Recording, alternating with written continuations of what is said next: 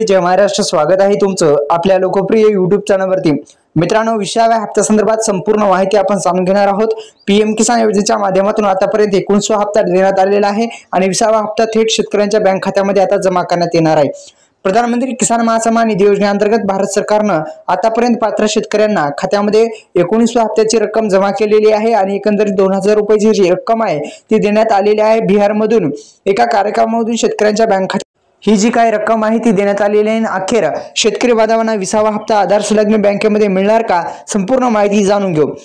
आता मित्रांनो, आता एकंदरीत आपण जर पाहिलं तर पीएम किसान योजनेच्या माध्यमातून 38,000 रुपये शेतकऱ्यांच्या बँक खात्यामध्ये आतापर्यंत टाकण्यात आले। एकंदरीत 19वा हप्ता टाकण्यात आले, म्हणजे 19व्या हप्त्यापर्यंत शेतकरी बांधवांसाठी आनंदाची बातमी म्हणजे 19वा हप्ता आताच 25 फेब्रुवारी 2025 रोजी शेतकऱ्यांच्या बँक खात्यामध्ये टाकण्यात आलेला आहे। बिहारमधून वितरित करण्यात आलेला आहे आणि 20व्या हप्त्याची रक्कम जी आहे आता प्रतीक्षा आहे आणि मात्र पीएम किसान महासन्मान निधी योजनेचा जो हप्ता आहे तो आता वितरित होणार आहे।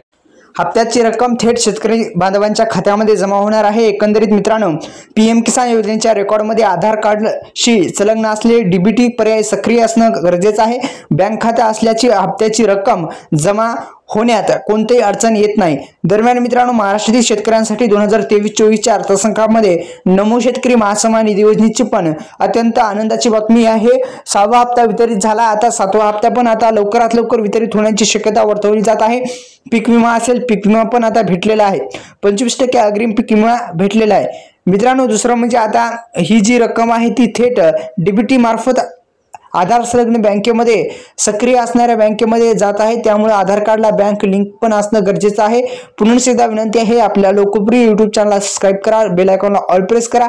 अशाच नवनवीन व्हिडिओचं नोटिफिकेशन पाहिजे असेल तर बेल आयकॉनला ऑल प्रेस करा। रेकॉर्डमध्ये आधार कार्डशी संलग्न असलेल्या बँकेमध्येच पैसे पडत असतात। धन्यवाद, जय शिव।